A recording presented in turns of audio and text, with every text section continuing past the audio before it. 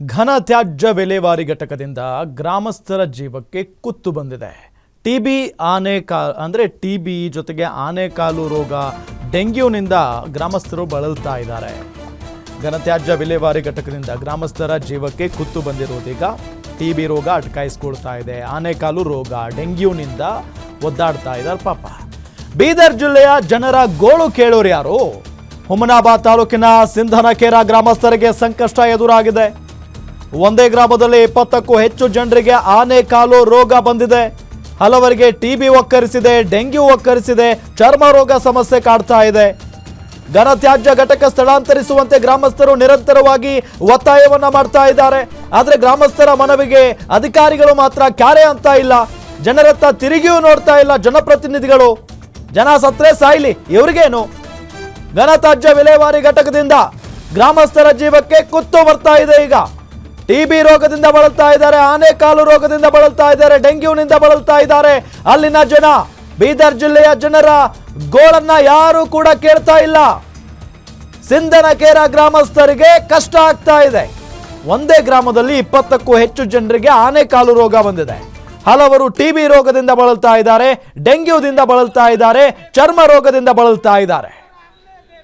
ಹೆಂಗ್ ಸ್ವಾಮಿ ಬದುಕೋದು ಅಂತ ಹೇಳಿ ಆ ಗ್ರಾಮದ ಜನ ಪ್ರಶ್ನೆ ಮಾಡ್ತಾ ಇದ್ದಾರೆ. ಆದ್ರೂ ಕೂಡ ಕ್ಯಾರೆ ಅಂತ ಇಲ್ಲ ಅಧಿಕಾರಿಗಳು.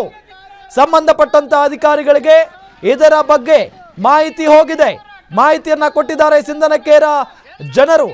ಆದ್ರೂ ಕೂಡ ಯಾರು ಕ್ಯಾರೆ ಅಂತ ಇಲ್ಲ. ನೋಡಿ, ಅಲ್ಲಿ ಆನೆಕಾಲು ರೋಗ ಅಂತ ಅಂದ್ರೆ ಯಪ್ಪ ಭಯಂಕರವಾಗಿದೆ, ನೋಡೋದಕ್ಕೂ ಕೂಡ ಭಯ ಆಗುತ್ತೆ. ನೋಡಿ, ಅಲ್ಲಿ ಮಹಿಳೆಯರಿಗೆ ಆನೆಕಾಲು ರೋಗ ಬಂದಿರೋದು ಆ ಒಂದು ದೃಶ್ಯದಲ್ಲಿ ನಿಮಗೆ ತೋರಿಸ್ತಾ ಇದ್ದೀವಿ. ನೋಡೋದಕ್ಕೆ ಭಯ ಆಗ್ತಾ ಇದೆ. ಇನ್ನು ಅನುಭವಿಸುವಂಥವರ ಪರಿಸ್ಥಿತಿ ಹೆಂಗಿರಬೇಡ, ನೋಡೋದಕ್ಕೆ ಭಯ ಆಗ್ತಾ ಇದೆ. 20ಕ್ಕೂ ಹೆಚ್ಚು ಜನ ಆನೆಕಾಲು ರೋಗದಿಂದ ಬಳಲ್ತಾ ಇದ್ದಾರೆ. ಅದಕ್ಕೆ ಕಾರಣ ಏನು? ಅದಕ್ಕೆ ಕಾರಣ ಅಲ್ಲಿ ಹಾಕ್ತಾ ಇರುವಂಥ ಕಸ.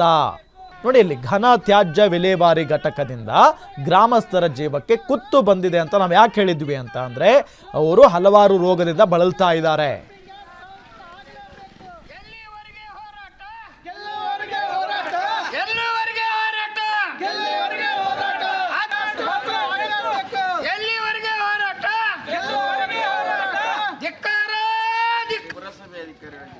ಸುಮಾರು ಒಂದು 15ರಿಂದ 20 ವರ್ಷ ಆಯ್ತು ಸರ್ ಅದು ಸ್ಥಾಪನೆ ಮಾಡಿ.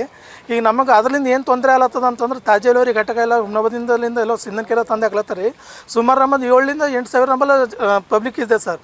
ಆ 7,000ರಿಂದ 8,000 ಎಲ್ಲ ಸಣ್ಣ ಪುಟ್ಟ ಮಕ್ಕಳಿಗೆ ಅಲ್ಲಿ ಇದು ಕಾಲರ ರೋಗ ಹೊಂಟದ್ರಿ, ಆಮೇಲೆ ಡೆಂಗು ಜ್ವರ ಹೊಂಟದ, ಟೈಫಾಯ್ಡ್ ಹೊಂಟದ, ಮಲೇರಿಯಾ ಹೊಂಟದ. ಆಮೇಲೆ ಈಗ 20ರಿಂದ 25 ತನಕ ಇದು ಆನೆಕಾಲು ರೋಗ ಅದ ರೀ ನಮ್ಮಲ್ಲಿ. ರಾಜ್ಯದಂಥ ನ್ಯೂಸ್ ಎಲ್ಲ ಮಾಡ್ಯಾರ ರೀ. ಇದೊಂದು 2-3 ಮಾಧ್ಯಮದವರೆಲ್ಲ ಬಂದು ಎಲ್ಲ ರಾಜ್ಯದಂಥ ನ್ಯೂಸ್ ಮಾಡ್ಯಾರ. ಉಸ್ತುವಾರಿ ಸಚಿವರಿಗೆ ನಾವು ಮಾಹಿತಿ ಕೊಟ್ಟಿದ್ದೀವಿ. ಆಮೇಲೆ ಪೌರಾಡಳಿತ ಸಚಿವರು ರಮಿಕಾನವ್ರಿಗೆ ಕೂಡ ಮಾಹಿತಿ ಕೊಟ್ಟಿದ್ದೀವಿ ರೀ.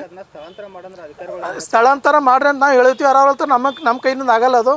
ನೀವು ಹೇಳಿರೋಂಥ ಪ್ರಕಾರ ನಾವೆಲ್ಲ ರಿಪೋರ್ಟ್ ಕೊಡ್ತೀವಿ. ಬಟ್ ನಮಗೆ ಸ್ಥಳಾಂತರ ಮಾಡ್ರಿ ನಮಗೆ ಹೇಳೋಕ್ಕಾಗಲ್ಲ ಅಂತವ್ರಿ ನಮ್ದು ಪುರಸಭೆ ಅಧಿಕಾರಿಗಳು ಇದು ಮೀನಾಕುಮಾರಿ ಅವ್ರು ಹೇಳ್ತಾ ಇದ್ದಾರೆ ರೀ. ಲೀಸ್ ಐತಂತಲ್ಲ ಅದು 30 ವರ್ಷ ಅಗ್ರಿಮೆಂಟ್. ಇದರ ಬಗ್ಗೆ ಮಾತನಾಡೋದಕ್ಕೆ ಪುರಸಭೆ ಮುಖ್ಯಾಧಿಕಾರಿ ಮೀನಾಕುಮಾರಿ ಅವರು ನಮ್ಮ ಜೊತೆಗೆ ಸಂಪರ್ಕದಲ್ಲಿದ್ದಾರೆ. ಮೇಡಮ್ ನಮಸ್ಕಾರ. ಸರ್ ನಮಸ್ಕಾರ. ಮೇಡಮ್, ಈ ವಿಚಾರ ಗೊತ್ತಾಗಿದೆಯಾ ನಿಮಗೆ? ಗಮನಕ್ಕೆ ಬಂದಿದೆಯಾ? ಗೊತ್ತಾಗಿದೆ ಸರ್, ನಾನು ಇನ್ಚಾರ್ಜ್ ಇದ್ದೀನಿ. ನಾನು ಹೇಳಿ ಸರ್, ಏನು ಹೇಳಿ ಸರ್? ಈಗ ನೋಡಿ, ಅದು ಅಲ್ಲಿ ಘನತ್ಯಾಜ್ಯ ಇದೆ, ಅದರಿಂದ ಬಹಳಷ್ಟು ರೋಗಗಳು ಅಟಕಾಯಿಸ್ಕೊಳ್ತಾ ಇದಾವೆ ಅಲ್ಲಿನ ಜನರಿಗೆ. ಇದ್ರ ಬಗ್ಗೆ ನಿಮಗೆ ಮಾಹಿತಿ ಇದೆಯಾ ಇಲ್ವಾ? ಅದನ್ನ ಮಾಹಿತಿ ಇದೆ. ನಾನು ತಹಸೀಲ್ದಾರ್ ಮತ್ತೆ ತಾಲೂಕಾ ಆರೋಗ್ಯ ಅಧಿಕಾರಿಗಳು ಅಲ್ಲಿ ವಿಸಿಟ್ ಕೊಟ್ಟಿವಿ ಸರ್ ಮೊನ್ನೆ 12 ತಾರೀಕು. ಅವರು ಎಲ್ಲ ರಿಪೋರ್ಟ್ಸ್ ಎಲ್ಲ ಕೊಟ್ಟಿದ್ದಾರೆ. ಅದಕ್ಕೆ ನಾವು ಏನೇನ್ ರಿಪೋರ್ಟ್ ಇದೆ ಅದೆಲ್ಲನೂ ನಾವು ನಮ್ಮ ಮೇಲಾಧಿಕಾರಿಗೆ ನಾವು ಬರಿತಾ ಇದ್ದೀವಿ. ಈಗ ಯಾವಾಗ ಸರಿ ಹೋಗೋದು ಮೇಡಮ್ ಇದೆಲ್ಲ? ಯಾಕೆ ಅಂತ ಅಂದ್ರೆ, ಆ ಘನತ್ಯಾಜ್ಯದಿಂದ ಅಲ್ಲಿ ಆನೆಕಾಲು ರೋಗ ಬಂದಿದೆ, ಜನ ಸಾಯೋ ಪರಿಸ್ಥಿತಿ ನಿರ್ಮಾಣ ಆಗಿದೆ. ಅಂದ್ರೆ ತುರ್ತಾಗಿ ಏನು ಮಾಡಲ್ವಾ ಹಾಗಾದ್ರೆ ಜಿಲ್ಲಾಡಳಿತ? ತುರ್ತಾಗಿ ಮಾಡ್ತಾ ಇದೀವಿ ಸರ್. ಅಲ್ಲಿ ನಾವು ಈಗ ಅಲ್ಲಿ 8 ಜನ ವರ್ಕ್ ಮಾಡ್ತಾ ಇದ್ದಾರೆ. ಅಲ್ಲಿ ಒಂದು ಮಷಿನ್ ಇದೆ, ಮಷಿನ್ ಪ್ಯಾನಲ್ ಬೋರ್ಡ್ ಮೊನ್ನೆ ಮಳೆಯಲ್ಲಿ ಸುಟ್ಟಿದೆ, ಅದು ರಿಪೇರಿ ಮಾಡಿ ಅಲ್ಲಿ ಕೆಲಸ ನಡೀತಾ ಇದೆ. ಏನ್ ಕೆಲಸ ನಡೀತಿದೆ? ಮತ್ತೆ ಮೊನ್ನೆ ತಾಲೂಕಾ ಆರೋಗ್ಯ ಅಧಿಕಾರಿಗಳು ನಮ್ಗೆ ಮಾಹಿತಿನೂ ಕೊಟ್ಟಿದ್ದಾರೆ. ಅಲ್ಲಿಂದ ರೋಗಗಳೆಲ್ಲ ನೋಡ್ರಿ 2022ರಿಂದ ರಿಪೋರ್ಟ್ ಕೊಟ್ಟಿದ್ದಾರೆ ಅವರು. 23 ರೋಗಿಗಳು ಸುಮಾರು 10 ವರ್ಷದಿಂದ ಇದ್ದಾರೆ ಅಲ್ಲಿ ಅಂತ ಫೈಲೇರಿಯಾದು. ಓಕೆ, ಈಗ ಒಂದು ಆನೆಕಾಲ್ ರೋಗ ಜೊತೆಗೆ ಡೆಂಗ್ಯೂ ಜೊತೆಗೆ ಇನ್ನು ಬೇರೆ ಬೇರೆ ಹಲವಾರು ರೋಗಗಳು ಅವ್ರನ್ನ ಕಾಡ್ತಾ ಇದಾವೆ. ಅವ್ರ ಬಗ್ಗೆ ಆ ಜನರ ಆರೋಗ್ಯದ ಬಗ್ಗೆ ಏನಾದರೂ ಕಾಳಜಿ ವಹಿಸಿದ್ದೀರಾ ನೀವು? ಜನರದ ಆರೋಗ್ಯದ ಬಗ್ಗೆ ತಾಲೂಕಾ ವೈದ್ಯಾಧಿಕಾರಿಗಳು ವಹಿಸ್ತಾ ಇದ್ದಾರೆ. ಕಂಟಿನ್ಯೂ ರೆಗ್ಯುಲರ್ ಚೆಕಪ್ ಇದೆ, ಅವ್ರದ್ದು ರೆಗ್ಯುಲರ್ ಆಗಿ ವರ್ಕ್ ಮಾಡ್ತಾ ಇದ್ದಾರೆ. ಅಲ್ಲಿ ನಮಗೆ ಮಾಹಿತಿನೂ ಕೊಟ್ಟಿದ್ದಾರೆ ಅವರು. ಓಕೆ, ನೀವು ಹೋಗಿದ್ರಾ ಅಲ್ಲಿಗೆ ಸ್ಥಳಕ್ಕೆ? ನಾವು ಹೋಗಿದ್ವಿ. ನಾವು ಡೈಲಿ ಒಂದ್ಸಲ ವಿಸಿಟ್ ಮಾಡ್ತೀವಿ. ಹಾಗಾದ್ರೆ ಡಂಪಿಂಗ್ ಯಾರ್ಡ್ ಇಂದ ಜನರಿಗೆ ಏನು ಸಮಸ್ಯೆ ಆಗಿಲ್ವಾ? ನೀವು ಹೇಳ್ತಾ ಇದ್ದೀರಿ ಈಗ 10 ವರ್ಷದಿಂದ ಅವರು ಆರೋಗ್ಯ ಸಮಸ್ಯೆಯಿಂದ ಬಳಲ್ತಾ ಇದ್ದಾರೆ ಅಂತ. ಡಂಪಿಂಗ್ ಯಾರ್ಡ್ ದಿಂದಾನೇ ಅಂತ ನಾವ್ ಹೆಂಗ್ ಹೇಳೋಣ ಸರ್? ಮತ್ತೆ ಈಗ ಗ್ರಾಮಸ್ಥರೇ ಹೇಳ್ತಾ ಇದಾರಲ್ಲ ಅಲ್ಲಿ ಡೆಂಗ್ಯೂನಿಂದ ನಾವ್ ಹೇಗೆ ಹೇಳೋಣ ಡಂಪಿಂಗ್ ಯಾರ್ಡ್ ದಿಂದಾನೇ ಸಮಸ್ಯೆ ಆಗ್ತಾ ಇದೆ ಅಂತ ನಾವ್ ಹೇಗೆ ಹೇಳೋಣ? ಅದು ಸರಿ, ಈಗ ಅಲ್ಲಿ ಜನ ಹೇಳ್ತಾ ಇದಾರಲ್ಲ ಮೇಡಮ್, ಆ ಗ್ರಾಮಸ್ಥರು ಹೇಳ್ತಾ ಇದಾರಲ್ಲ, ಅದನ್ನ ಒಪ್ಕೊಳ್ಳೋದಿಲ್ವಾ ನೀವು? ಸರ್ 2005ರಿಂದ ಅದು ಘನತ್ಯಾಜ್ಯ ವಿಲೇವಾರಿ ಘಟಕ ಅಲ್ಲಿದೆ. 2005ರಿಂದ 20 ವರ್ಷದಿಂದ ಇದೆ. ತ್ಯಾಜ್ಯ ವಿಲೇವಾರಿಯನ್ನ ಸರಿಯಾಗಿ ಮಾಡಿದ್ರೆ ಇದೆಲ್ಲ ಆಗಲ್ಲ. ಅಲ್ಲಿ ಅನಧಿಕೃತವಾಗಿ ನಡೀತಾ ಇದೆ ಇದೆಲ್ಲ ಅಂತ ಹೇಳಿ ಅಲ್ಲಿನ ಜನರ ಆರೋಪ. ಮೀನಾ ಕುಮಾರಿ ಅವರು ಧ್ವನಿ ಕೇಳಿಸ್ತಾ ಇದೆಯಾ? ನಮ್ಮ ಪ್ರಕಾರ ಯಾವುದು ಅನಧಿಕೃತ ಅಂತ ಇಲ್ಲ, ಕೆಲಸ ನಡೀತಾ ಇದೆ. ಕೆಲವೊಂದು ಮಳೆ ಬಂದಾಗ ಕೆಲವೊಂದು ಸಮಸ್ಯೆ ಆಗಿರ್ಬೋದು ಅಷ್ಟೇ. ಓಕೆ, ಈಗ ನೀವು ಒಪ್ಕೊಳ್ಳಲ್ಲ ಈ ಡಂಪಿಂಗ್ ಯಾರ್ಡ್ ಇಂದಾನೇ ಅವರ ಆರೋಗ್ಯ ಕೆಟ್ಟಿದೆ ಅಂತ?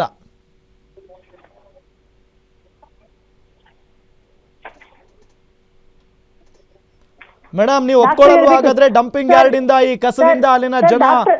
ಸರ್ ವೈದ್ಯಾಧಿಕಾರಿಗಳು ಹೇಳ್ಬೇಕು ಸರ್, ನಾವೇಗೆ ಹೇಳ್ಬೇಕು? ನೀವು ಹೋಗಿ ಗ್ರಾಮಸ್ಥರನ್ನ ಮಾತಾಡ್ಸಿದ್ರಾ? ನೀವು ಇರೋದು ಯಾಕೆ? ನೀವು ಈಗ ಅಧಿಕಾರಿ ಆಗಿದ್ದೀರಾ, ನಿಮ್ ಕೆಲಸ ಏನ್ ಮೇಡಮ್? ಸರ್ ಗ್ರಾಮಸ್ಥರನ್ನ ಮಾತಾಡಿಸಿದ್ವಿ ನಾವು, ತಹಸೀಲ್ದಾರ್ ಮೇಡಮ್ ಮತ್ತೆ ವೈದ್ಯಾಧಿಕಾರಿ ಹೋಗಿದ್ವಿ, ನಮ್ಮ ಸಿಬ್ಬಂದಿ ಹೋಗಿದ್ವಿ, ಮತ್ತೆ ನಮ್ಮ ವಿಲೇವಾರಿ ಘಟಕಕ್ಕೆ ನಾವು ಡೈಲಿ ವಿಸಿಟ್ ಕೊಡ್ತಾ ಇದ್ದೀವಿ. ಅಲ್ಲಿ ಹೋದಾಗ ನಿಮ್ಗೆ ಅದರಿಂದ ಏನು ಸ್ಮೆಲ್ ಬರ್ಲಿಲ್ವಾ? ಸ್ಮೆಲ್ ಮಳೆ ಬಂದಾಗಿತ್ತು, ಈಗ ಕಡಿಮೆ ಆಗಿದೆ. ಈಗ ಅಲ್ಲೇ ಜೀವನ ಮಾಡ್ತಾ ಇದಾರಲ್ಲ ಮೇಡಮ್, ಪಾಪ ನೀವು ಯಾವಾಗ್ಲೂ ಹೋದಾಗ್ಲೇ ಸ್ಮೆಲ್ ಬಂದಿತ್ತು, ಈಗ ಅಲ್ಲೇ ಜೀವನ ಮಾಡ್ತಾ ಇದಾರಲ್ಲ ಪಾಪ, ಅಲ್ಲಿನ ಗ್ರಾಮಸ್ಥರಿಗೆ ಸ್ಮೆಲ್ ಬರಲ್ವಾ ಪ್ರತಿನಿತ್ಯ? ಅದ್ರ ಬಗ್ಗೆ ನಾವೇನ್ ಮಾತಾಡ್ಬೇಕು ಸರ್? ಮತ್ ನೀವ್ ಯಾಕೆ ಮೇಡಮ್ ಈ ಅಧಿಕಾರದಲ್ಲಿದ್ದೀರಿ, ಎಷ್ಟು ನಿರ್ಲಕ್ಷ್ಯದಿಂದ ಮಾತಾಡ್ತಾ ಇದ್ದೀರಾ ನೀವು? ನೀವೇನ್ ಹೇಳ್ಬೇಕು ಅಂತಂದ್ರೆ ನಿಮಗಿರೋ ಜವಾಬ್ದಾರಿ ಅದು, ನೀವು ಅದನ್ನೆಲ್ಲ ಸರಿಪಡಿಸಲಿ ಅಂತ ನೀವು ಅಧಿಕಾರದಲ್ಲಿ ಕಾಪಾಡ್ಕೋಬೇಕು ಸರ್. ನಮ್ಮ ಜವಾಬ್ದಾರಿಯಲ್ಲಿ ನಾವು ಸ್ವಚ್ಛತೆ ಕಾಪಾಡ್ಕೋಬೇಕು, ಅಲ್ಲೇನೇನ್ ಮಾಡ್ಬೇಕು ಅದೆಲ್ಲ ವರ್ಕ್ ಮಾಡ್ತಾ ಇದ್ದೀವಿ. ಈಗ ಅದು ಬರೀ ಆ ಒಂದು ಡಂಪಿಂಗ್ ಯಾರ್ಡ್ ಅಲ್ಲಿ ಅಥವಾ ಕಸನ, ಈಗ ಅಲ್ಲಿ ಆ ಗ್ರಾಮದ ಕಸ ಮಾತ್ರ ಹಾಕ್ತಾ ಇದ್ದಾರಾ ಮೇಡಮ್ ಅಲ್ಲಿ? ನಮ್ಮ ಪುರಸಭೆ ಅಂಡರ್ನಲ್ಲಿ ಬರುವಂತ ಸಿಟಿ ಪಟ್ಟಣದ ಕಸ ಹೋಗುತ್ತೆ. ಸರಿ, ಈಗ ಗ್ರಾಮಸ್ಥರ ಆರೋಗ್ಯಕ್ಕೆ ಯಾರು ಜವಾಬ್ದಾರಿ? ಗ್ರಾಮಸ್ಥರ ಆರೋಗ್ಯಕ್ಕೆ ಯಾರು ಜವಾಬ್ದಾರಿ ಮೇಡಮ್? ಜವಾಬ್ದಾರಿ ಅಂದ್ರೆ ಏನ್ ಹೇಳ್ಬೇಕು ಸರ್, ಹೇಳಿ ನೀವೇ ಹೇಳಿ. ಅಲ್ಲ, ಮತ್ತೆ ಈಗ ಅದನ್ನ ಸರಿಪಡಿಸುವಂತ ಕೆಲಸನೂ ನೀವು ಮಾಡ್ತಾ ಇಲ್ಲ. ಒಂಥರ ನಾವೇನ್ ಮಾಡೋಣ, ಅವ್ರ ಆರೋಗ್ಯಕ್ಕೆ ಅವರೇ ಜವಾಬ್ದಾರಿ ಅಂತ ಹೇಳಿ ಕೇರ್ಲೆಸ್ ಆಗಿ ಮಾತಾಡ್ತಾ ಇದ್ದೀರಿ. ನಾವು ವೈದ್ಯಾಧಿಕಾರಿಗೆ ಲೆಟರ್ ಬರ್ದಿವಿ, ತಾಲೂಕು ವೈದ್ಯಾಧಿಕಾರಿಗೆ ಲೆಟರ್ ಬರ್ದಿವಿ. ಓಕೆ, ಮೀನಾ ಕುಮಾರಿ ಅವರೇ ಹಾಗೆ ಸಂಪರ್ಕದಲ್ಲಿರಿ. ಅಲ್ಲಿ ಭೀಮಾರೆಡ್ಡಿ ಅಂತ ಆ ಗ್ರಾಮದ ಗ್ರಾಮಸ್ಥರು ನಮ್ಮ ಜೊತೆಗೆ ಸಂಪರ್ಕದಲ್ಲಿದ್ದಾರೆ. ಭೀಮಾರೆಡ್ಡಿ ಅವರೇ ನಮಸ್ತೆ ಸರ್. ಈಗ ಮೀನಾ ಕುಮಾರಿ ಅವರು ಪುರಸಭೆ ಮುಖ್ಯಾಧಿಕಾರಿಗಳು ಮಾತಾಡ್ತಾ ಇದ್ದಾರೆ, ನಿಮ್ಮ ಆರೋಗ್ಯಕ್ಕೆ ನೀವೇ ಜವಾಬ್ದಾರಿ ಅಂತೆ, ಅವ್ರೇನು ಮಾಡಲ್ವಂತೆ. ಸರ್ ಮೀನಾ ಕುಮಾರಿ ಮೇಡಮ್ ಅವರು ಬರೀ ಸುಳ್ಳು ಹೇಳ್ತಾರೆ. ಆರೋಗ್ಯ ಇಲಾಖೆ ತುಂಬಾ ಕಟ್ಟುನಿಟ್ಟಾಗಿ ಕೆಲಸ ಮಾಡ್ತಾ ಇದೆ. ನನಗೆ ಕೂಡ ಮತ್ತೆ ಪಂಚಾಯತ್ ಅಲ್ಲಿ ಮತ್ತೆ ಎಲ್ಲದರಲ್ಲೂ ಲೆಟರ್ ಬರೀತಾ ಇದಾರೆ. ಯಾರು? ಆರೋಗ್ಯ ಇಲಾಖೆ. ಈ ತರ ಸಮಸ್ಯೆ ಆಗುತ್ತಿದೆ ಘನತ್ಯಾಜ್ಯದಿಂದ, ದಯವಿಟ್ಟು ಬಗೆಹರಿಸಿ ಅಂತ ಹೇಳ್ತಿದ್ದಾರೆ. ಮೀನಾ ಕುಮಾರಿ ಮೇಡಮ್ ಅವರು ಬರೀ ಸುಳ್ಳು ಹೇಳ್ತಾರೆ. 8 ಜನ ಲೇಬರ್ ಇದಾರೆ, JCP ಇದಾರೆ ಅಂತಾರೆ. ಸರ್ ಈಗಲೇ ಬರ್ಲಿಕ್ಕೆ ಜಸ್ಟ್ ಸ್ಪಾಟಿಗೆ ಬರ್ಲಿ, ಅಲ್ಲಿ 8 ಜನ ಲೇಬರ್ ತೋರಿಸ್ಬೇಕು ನನಗೆ. ಅವರು 8 ಮಂದಿ ಲೇಬರ್ ಅಲ್ಲಿ ಕೆಲಸ ಮಾಡ್ತಾ ಇದಾರಲ್ಲ, ಆ 8 ಜನ ಲೇಬರ್ ಅಲ್ಲಿ ಇಷ್ಟು ದಿವಸ ಏನ್ ಕೆಲಸ ಮಾಡಿದಾರ ಅದು ಕೆಲಸ ತೋರಿಸ್ಬೇಕು ಅವರು. ಹಾಗಾದ್ರೆ ಆರೋಗ್ಯ ಇಲಾಖೆ ಏನ್ ಮಾಡುತ್ತೆ ಹೇಳಿ? ಸಮಸ್ಯೆ ನಿಮ್ದಿರೋದು ಪುರಸಭೆದು. ಆರೋಗ್ಯ ಇಲಾಖೆ ಏನ್ ಮಾಡುತ್ತೆ? ಆರೋಗ್ಯ ಇಲಾಖೆ ತನ್ನ ಕರ್ತವ್ಯ ತಾನು ಮಾಡ್ತಾ ಇದೆ. ಆರೋಗ್ಯ ಇಲಾಖೆ ಹೇಳಿ ಮೇಡಮ್. ಮೀನಾ ಕುಮಾರಿ ಅವರೇ ಉತ್ತರ ಕೊಡಿ. ನಾನು 8 ವರ್ಷದಿಂದ ಹೋರಾಟ ಮಾಡ್ತಾ ಇದೀನಿ ಸರ್. ಯಾರು ಕೂಡ ಒಬ್ರು ರೆಸ್ಪಾನ್ಸ್ ಮಾಡಲ್ಲ, ಬರೀ ಸುಳ್ಳು ಹೇಳೋದು ಮಾಧ್ಯಮದವರಿಗೆ. ಅವರು ಬರ್ಲಿ, ನಾನು ಎದುರು ಮಾತಾಡ್ಲಿ ನೋಡೋಣ. ಅವರು ಈಗ ನಿಮ್ಮ ಗ್ರಾಮಕ್ಕೆ ಬಂದಿದ್ರಾ ಮೀನಾ ಕುಮಾರಿ ಅವರು? ಬರ್ತಾರೆ ಸರ್, ಯಾವಾಗಾದ್ರೂ ನಾವು ಪ್ರತಿಭಟನೆ ಬರ್ತಾರೆ, ಲೆಟರ್ ತಗೋತಾರೆ, ಹೋಗ್ತಾರೆ.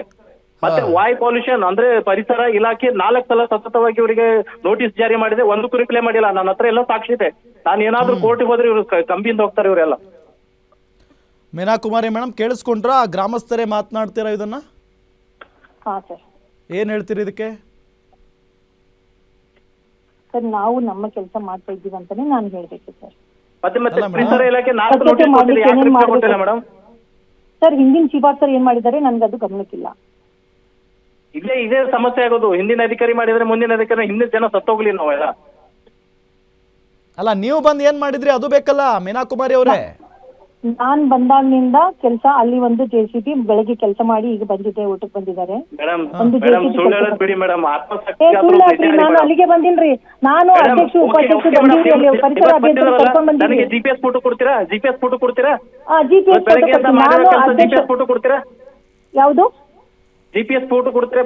ಬೆಳಗ್ಗೆಯಿಂದ GPS ಡಾಕ್ಯುಮೆಂಟ್ಸ್ ಕೊಡ್ತೀರಾ? ನಿಮ್ಮ JCB ಕೆಲಸ ಮಾಡಿದೆಯಲ್ಲ, ಕೊಡ್ತೀನಿ, ಹಾಕ್ತೀನಿ. ಯಾರಿಗೆ ಹಾಕ್ಲಿ ಹೇಳಿ?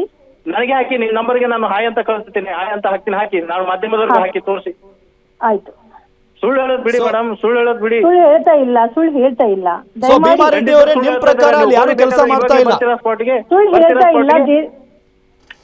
ಸ್ಪಾಟಿಗೆ ಬರ್ತೀರಾ? ಈಗ 8 ಜನ, ನೀವು 8 ಜನ ಲೇಬರ್ ಕೆಲಸ ಮಾಡ್ತಾರೆ. ಮೊನ್ನೆ ನಾನು ಮಾಧ್ಯಮದವರು ಈಗ ಹೇಳಿದ್ರಿ ಬೆಳಗ್ಗೆ ನಾನು ಅಧ್ಯಕ್ಷರು ಉಪಾಧ್ಯಕ್ಷರು ಮೇಡಮ್. ಪರಿಸರ ಸುಳ್ಳು ಅಭಿಯಂತರ ಯಾಕೆ ಕರ್ಕೊಂಡ್ ಹೇಳ್ತೀರಾ? ಬಂದಿವಿ. ಮೊನ್ನೆ ಮಾಧ್ಯಮದವರು ಕೂಡ ಫೋನ್ ಮಾಡಿದ್ರು, ಇದೇ ಹೇಳಿದ್ರಿ, ನಾನು ಬೆಳಗ್ಗೆ ಹೋಗಿ ಬಂದಿದ್ದೀನಿ ಅಂತ. GPS ಫೋಟೋ ಅಯ್ಯೋ, ತೋರಿಸಿ, ನೀವು ಬೆಳಗ್ಗೆ ಫೋಟೋ ಹೋಗಿದ್ರೆ ಹಾಕ್ತೀನಿ, ನೀವು ಹಾಯ್ ಅಂತ ಹಾಕ್ರಿ, ಫೋಟೋ ಹಾಕ್ತೀನಿ, ನಾವು ಬಂದಿದ್ದು ಫೋಟೋ ಹಾಕ್ತೀನಿ, ಹಾಕ್ರಿ. ಹಾಕಿ. Okay, ಮಾಧ್ಯಮದವ್ರಿಗೆ ಹಾಕಿ, ನನಗೂ ಹಾಕಿ. ಹಾಕ್ರಿ, GPS ಭೀಮಾ ರೆಡ್ಡಿ ಅವರೇ ಇವತ್ತು ಮಾತ್ರ ಕೆಲಸ ಶುರು ಮಾಡಿದಾರಾ? ಇಷ್ಟು ದಿನಗಳ ಕಾಲ ಶುರುನೇ ಮಾಡಿಲ್ವಾ ಕೆಲಸನ ಅಲ್ಲಿ? ಸರ್ ಇವ್ರು ಟೋಟಲಿ ಶುರು ಮಾಡಲ್ಲ ಸರ್. ಯಾವುದೇ ಮಾಧ್ಯಮದವ್ರು ಫೋನ್ ಮಾಡಿದ್ರು ಕೂಡ ಇದೇ ಡೈಲಾಗ್ ಹೇಳ್ತಾರೆ ಸರ್. 8 ಜನ ಕೆಲಸ ಮಾಡ್ತಾರೆ, JCB ಇದೆ, ನಾನು ಬೆಳಗ್ಗೆ ಹೋಗಿ ಬಂದಿದ್ದೀನಿ. ಇದೊಂದು ಪಾಠ ಆಗಿದೆ ಅವರಿಗೆ, ನಾಲ್ಗೆ ಮೇಲೆ ಬರ್ಕೊಂಡು ಬಿಟ್ಟಿದ್ದಾರೆ ಅವರು. ಯಾವುದೇ ಅಧಿಕಾರಿಗಳು ಫೋನ್ ಮಾಡಿದ್ರು ಇದೇ ಹೇಳ್ತಾರೆ ಅವರು. ನಾನು ಫೋಟೋ ಹಾಕ್ತೀನಿ ಇವ್ರೆ, ನಿಮ್ಗೆ ಫೋಟೋ ಹಾಕ್ತೀನಿ, Okay. ಹಾಕ್ರಿ, ನೀವು ವಾಟ್ಸ್ಆಪ್. ಓಕೆ ಮೇಡಮ್, ನೀವು ಏನ್ ಗೊತ್ತಾ, ನೀವು ಈಗ ಒಂದು ಒಳ್ಳೆ ಜವಾಬ್ದಾರಿಯುತ ಸ್ಥಾನದಲ್ಲಿರಿ. ನೀವು ಹೆಂಗ್ ಮಾತಾಡಿದ್ರಿ ಅಂತ ಅಂದ್ರೆ ನನಗೂ ಇದಕ್ಕೂ ಸಂಬಂಧನೇ ಇಲ್ಲ. ಅವ್ರವ್ರ ಜವಾಬ್ದಾರಿ, ಮಾತಾಡಿಲ್ಲ. ಅವ್ರವ್ರ ಆರೋಗ್ಯ ಅವ್ರ ಕೈಯಲ್ಲೇ ಇದೆ, ಮಾತಾಡಿಲ್ಲ. ಅವರೇ ಕಾಪಾಡ್ಕೊಳ್ಬೇಕು. ನಾನು ಏನ್ ಹಂಗ್ ಮೇಡಮ್ ನಿಮ್ ಮಾತಾಡಿಲ್ಲ. ಮಾತಿದು? ನಾನು ಹಂಗ್ ಮಾತಾಡಿಲ್ಲ.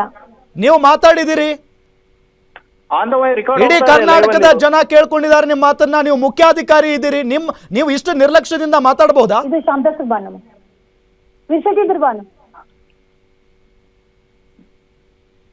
ಮೇಡಮ್ ಸರ್ DC ಅವ್ರಿಗೂ ಪತ್ರ ಕೊಟ್ಟಿದೆ ಸರ್. Yes, ಹಾಗೆ ಸಂಪರ್ಕದಲ್ಲಿರಿ. ಈಗ ಸ್ಥಳೀಯ ಶಾಸಕರು ಸಿದ್ದು ಪಾಟೀಲ್ ಅವರು ನಮ್ಮ ಜೊತೆಗೆ ಸಂಪರ್ಕದಲ್ಲಿದ್ದಾರೆ. ಸರ್ ನಮಸ್ಕಾರ ಸಿದ್ದು ಪಾಟೀಲ್ ಅವರೇ. ಸರ್ ನಮಸ್ತೆ. ಸರ್ ನಮಸ್ತೆ. ಸರ್ ಈಗ ಘನತ್ಯಾಜ್ಯ ವಿಲೇವಾರಿ ಘಟಕದಿಂದ ಅಲ್ಲಿನ ಗ್ರಾಮಸ್ಥರಿಗೆ ಅಂದ್ರೆ ಸಿಂಧನಕೇರ ಗ್ರಾಮಸ್ಥರಿಗೆ ಬಹಳ ಸಮಸ್ಯೆ ಆಗ್ತಾ ಇದೆ ಸರ್. ಆನೆಕಾಲು ರೋಗ, ಇನ್ನು ಬೇರೆ ಬೇರೆ ರೋಗದಿಂದ, ಡೆಂಗ್ಯೂ ರೋಗದಿಂದ ಬಳಲ್ತಾ ಇದ್ದಾರೆ. ಈ ವಿಚಾರ ನಿಮಗೆ ಗೊತ್ತಾ? ಗೊತ್ತು ಸರ್, ನಾನು ಕೂಡ 2 ಸರ್ತಿ ವಿಸಿಟ್ ಮಾಡಿದ್ದೀನಿ ಅಲ್ಲಿ.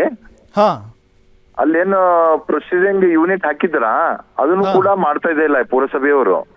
ನಾನೇ ಲಾಸ್ಟ್ ಟೈಮ್ ಹೋಗಿ ಅದಕ್ಕೆ ಸ್ಟಾರ್ಟ್ ಮಾಡಿ ಪ್ರೊಸೆಸಿಂಗ್ ಯೂನಿಟ್ ಕೂಡ ಸ್ಟಾರ್ಟ್ ಮಾಡಿಸಿದ್ದೀನಿ.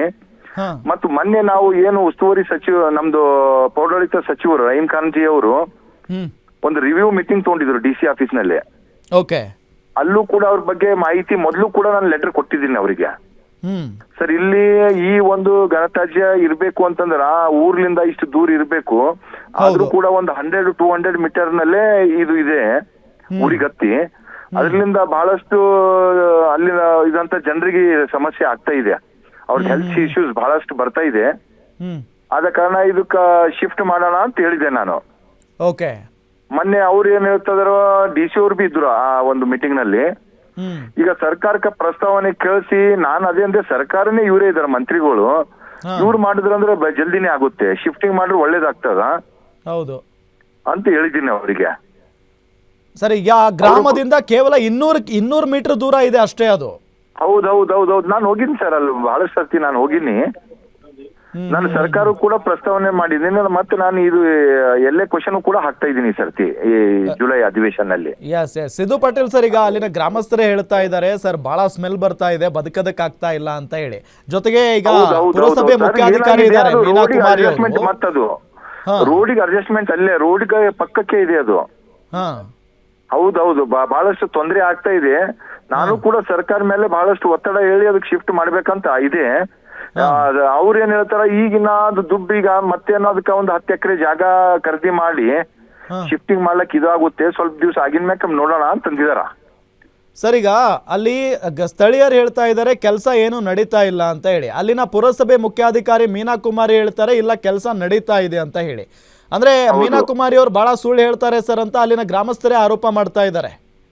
ಈಗ ಮೀನಾ ಕುಮಾರಿ ಅವನು ಏನಿದಾರ, ಅವರು ಇನ್ಚಾರ್ಜ್ ಚೀಫ್ ಆಫೀಸರ್ ಇದ್ದಾರೆ ಸರ್ ಅಲ್ಲಿ. ಏನ್ ಪರ್ಮನೆಂಟ್ ಇದ್ದವ್ರು ಮೊನ್ನೆ ಅವರಿಗೆ ಪ್ರಮೋಷನ್ ಆಗಿ ಟ್ರಾನ್ಸ್ಫರ್ ಆಗಿದೆ. ಇದ್ರ ಬಗ್ಗೆನೂ ಕೂಡ ಮಂತ್ರಿಯವರಿಗೆ ನಾನು ಹೇಳಿನಿ, ಒಳ್ಳೆ ಒಂದು ಅಧಿಕಾರಿಗಳಿಗೆ ಕೊಟ್ರಂದ್ರೆ ಒಳ್ಳೆ ಇದಾಗುತ್ತೆ. ಯಾಕ ಅಲ್ಲಿ ಸಿಂಧನಕೆರೆ ಗ್ರಾಮಸ್ಥರಿಗೆ ಬಹಳಷ್ಟು ಪಾಪ ತೊಂದರೆ ಆಗ್ತಾ ಇದೆ. ಈಗ ನಾವು ಕೂಡ ಶಾಸಕರಾಗಿ ಸರ್ಕಾರ ಗಮನಕ್ಕೆ ತರ್ಬೇಕು ಸರ್. ಈಗ ನಾನು ಅದೇ ಗ್ರಾಮಸ್ಥರಿಗೆ ಅದೇ ಹೇಳಿದ್ದೀನಿ, ನೀವು ಇವ್ರು ಮಾಡಲ್ ಹೋದ್ರ ಅಂತಂದ್ರೆ ನಿಮ್ ಸರಿ ನಾನು ಕೂಡ ಪ್ರತಿಭಟನೆ ಪಾಲ್ಗೊಳ್ತೀನಿ ಅಂತ ಅವರಿಗೂ ಕೂಡ ಹೇಳಿದ್ದೆ. ಹಾ, ಈಗ ಯಾಕೆಂತಂದ್ರೆ ಈಗ ಮಾಡಿಲ್ಲ ಅಂತಂದ್ರೆ ಲಾಸ್ಟಿಗೆ ಹಾದಿ ಇರೋದು ಪ್ರತಿಭಟನೆಗೆ ನಾವು. ಆದ್ರೂ ನೋಡಿ ಅಲ್ಲಿನ ಈಗ ಮೀನಾಕುಮಾರಿ ಅವರೇ ಸಂಪರ್ಕದಲ್ಲಿ ಇದ್ದೀರಾ? ಇದೀನಿ. ಈಗ ಭೀಮರೆಡ್ಡಿ ಮಾತಾಡ್ತೀನಿ ಗೌಡ್ರೆ. ಹೌದು ಭೀಮರೆಡ್ಡಿ ಹೇಳ್ರಿ. ಗೌಡ್ರೆ, ಇವರು ಮೀನಾಕುಮಾರಿ ಮೇಡಮ್ ಅವ್ರು ಬರೀ ಸುಳ್ಳು ಹೇಳ್ತಾರ ಗೌಡ್ರೆ. ಅವತ್ತು ನೀವು ಬಂದಿದ್ ದಿವಸ ಜಸ್ಟ್ ಮಷಿನ್ ಅಷ್ಟೇ ಚಾಲು ಮಾಡಿದ್ರು, ನೀವು ಹೋಗಿದ್ದು ನೀವು ಇನ್ನ ಕ್ರಾಸಿಂಗ್ ಹೋಗಿಲ್ಲ ಸರ್, ಹೈವೇ ರೋಡಿಗೆ ಮಷಿನ್ ಬಂದ್ ಮಾಡಿದ್ರು ಸರ್. ಅವತ್ತು ನೀವು ಗುದ್ರಿ ಪೂಜೆಗೆ ಬಂದಿದ್ರಲ್ಲ. ಒಂದ್ ನಿಮಿಷ ಭೀಮರೆಡ್ಡಿ, ಸಿ ಅವರೇ, ನಾನ್ ಮೊನ್ನೆ ಮಂತ್ರಿಗಳು ಮೀಟಿಂಗ್ ತೊಗೊಂಡಿದ್ದಾರೆ, ಇದ್ರ ಬಗ್ಗೆ ಪ್ರಸ್ತಾವನೆ ಮಾಡ್ದಲ್ಲ ನಾನು. ಮಾಡಿದ್ರಿ ಸರ್, ಹೇಳಿನಿ ಸರ್, ನಾನು MLA ಸರ್ ಮೊನ್ನೆ ಕೇಳಿದ್ದಾರೆ ಅಂತ ಹೇಳಿನಿ ಸರ್. ನಾನು ಅಲ್ಲಿಂದ ಪ್ರೌಢಾಯುಕ್ತ ಸಚಿವರು ಕೂಡ ಮತ್ತೆ DC ಅವರಿಗೆ ಗಮನಕ್ಕೂ ಕೂಡ ತಂದಿನಿ ಸರ್ ಇದು ನಾನು. ಹಾ ಸರ್, ಹೇಳಿನಿ ಸರ್ ಮೊನ್ನೆ. ಅದೇ ಅಂತಂದ್ರೆ ಈಗ ಯಾವ್ದು ದುಡ್ಡಿಲ್ಲ, ದುಡ್ಡು ಬಂದಿನ ಮೇಲೆ ಅದು ಜಾಗ ಖರೀದಿ ಮಾಡಿ ಅವಾಗ ಶಕ್ತಿ ಮಾಡಲ್ಲ ಅಂತ ಹೇಳ್ತಾ ಇದ್ರು ಸರ್. ಬೇಗನೆ ಮಾಡ್ರೆ ಒಳ್ಳೇದಾಗ್ತದ, ಯಾಕಂತಂದ್ರೆ ಕೈದಾಗಿದ್ದಾಗ ಯಾವ್ದೋ ಮಾಡ್ರೆ ಒಳ್ಳೇದಾಗ್ತದ. ಮತ್ತೆ ಊರೇ ನಾಳೆ ಇದು ಆಗ್ತು ಅಂತಂದ್ರೆ ಸಮಸ್ಯೆ ಆಗ್ತದಲ್ಲ ಸರ್. ಈಗ ಸದ್ಯಕ್ಕೆ 22 ಆನೆಕಲ್ ಅವ ಸರ್, ಬಹಳಷ್ಟು ಸಮಸ್ಯೆ ಆಗ್ತದೆ ಜನರಿಗೆ ಸರ್. ನನ್ನ ಮಕ್ಕಳಿಗೆ ಸರ್ ಮೈ ಮೇಲೆಲ್ಲ ಗುಳ್ಳಿ ಬಂದವ್ ಸರ್. ನಾನು 60,000 ರೂಪಾಯಿ ದವಾಖಾನೆ ಹಾಕಿನಿ ಸರ್ 15 ದಿನಕ್ಕೆ. ಈಗ ಮೊನ್ನೆ ಇಲ್ಲ, ಮೊನ್ನೆ ನಾನು ಕೂಡ ಪ್ರಸ್ತಾವನೆ ಮಾಡಿದಾಗ ಇದೇನದು ಮಷಿನ್ ಕುಂಡ್ರಿಸಿದ್ರಲ್ಲ, ನಾನೇ ಫೋರ್ಸಬಲಿ ಚಾಲು ಮಾಡ್ಲಕ್ ಹಚ್ಚಿ ಮತ್ತೆ ಒಂದು ಫೈಲ್ ಮ್ಯಾನ್ಯುವಲಿ ನಮ್ದೇನ ಲೇಬರ್ಸ್ ಬೇಕಾಗಿತ್ತಲ್ಲ, ಲೇಬರ್ದು ಕೂಡ ಒಂದು ಟೆಂಡರ್ ಆಗಿದೆ. ಮತ್ತೆ CEO ಅವರಿಗೆ ಹೇಳಿ, ಅಧ್ಯಕ್ಷರಿಗೆ ಹೇಳಿ ಅದನ್ನು ಕೂಡ ಮಾಡಿಸ್ಕೊಟ್ಟಿದ್ದೀನಿ. ಓಕೆ, ಸಿದ್ದು ಪಾಟೀಲ್ ಸರ್, ನೀವು ಅದ್ರ ಬಗ್ಗೆ ಏನ್ ಮಾಡ್ಬೇಕು ಅದನ್ನ ಮಾಡ್ತಾ ಇದ್ದೀರಾ ಸಿದ್ದು ಪಾಟೀಲ್ ಸರ್. ಆದ್ರೆ ಈಗ ತುರ್ತಾಗಿ ಒಂದು ಆಗ್ಬೇಕಲ್ಲ ಸರ್ ಏನಾದ್ರು. ಯಾಕೆಂತ ಹೇಳಿದ್ರೆ ಈಗ ಅವರೇ ಹೇಳಿದ ಹಾಗೆ ಪಾಪ ಮೈ ಮೇಲೆಲ್ಲ ಏನೇನೋ ಆಗ್ತಿದೆ, ರೋಗಗಳು ಅಟ್ಕಾಯಿಸ್ಕೊಳ್ತಾ ಇದಾವೆ. ಇಂತಹ ಸಂದರ್ಭದಲ್ಲಿ ತುರ್ತಾಗಿ ಒಂದ್ ಏನಾದ್ರು ಕೆಲಸ ಆಗ್ಬೇಕಲ್ಲ. ಇಲ್ಲ ಸರ್, ಹೀಗೆ ಆಗ್ಲೇ ಅದಕ್ಕ ನಾವು ಪ್ರೊಸೆಸಿಂಗ್ ಮಾಡಿ ಅದಕ್ಕ ಅಲ್ಲಿನ ಏನು ಘನತ್ಯಾಜ್ಯ ಇದೆಯಲ್ಲ ಅದಕ್ಕೆ ಡಿಸ್ಪರ್ಸ್ ಮಾಡೋದಂತ ವ್ಯವಸ್ಥೆ ಮಾಡಿಸ್ತೇವೆ ಸರ್ ಜಲ್ದಿ. ಓಕೆ ಮೇಡಮ್ ಅವ್ರೆ, ಅದು ಬೇಗನೆ ಅದು ಸ್ಟಾರ್ಟ್ ಮಾಡಿಸಿ ಇದು ಮಾಡ್ಸಲ್ಲ ಕೇಳಿ. ಅದು ಅದೇ ಸರ್, ಪೆನಲ್ ಸುಟ್ಟಿದೆ, ಅದು ರಿಪೇರಿ ಇವತ್ತಿನಿಂದ ಆಗುತ್ತೆ ಸರ್, 2 ದಿನದ ಆಗುತ್ತೆ ಅಂತ ಹೇಳಿದ್ದಾರೆ ಸರ್. ಜಲ್ದಿ ಮಾಡಿಸೋದಕ್ಕೆ ಸ್ಟಾರ್ಟ್ ಮಾಡಿಸಿ ಸ್ವಲ್ಪ. ಆಯ್ತು ಸರ್, ಆಯ್ತು.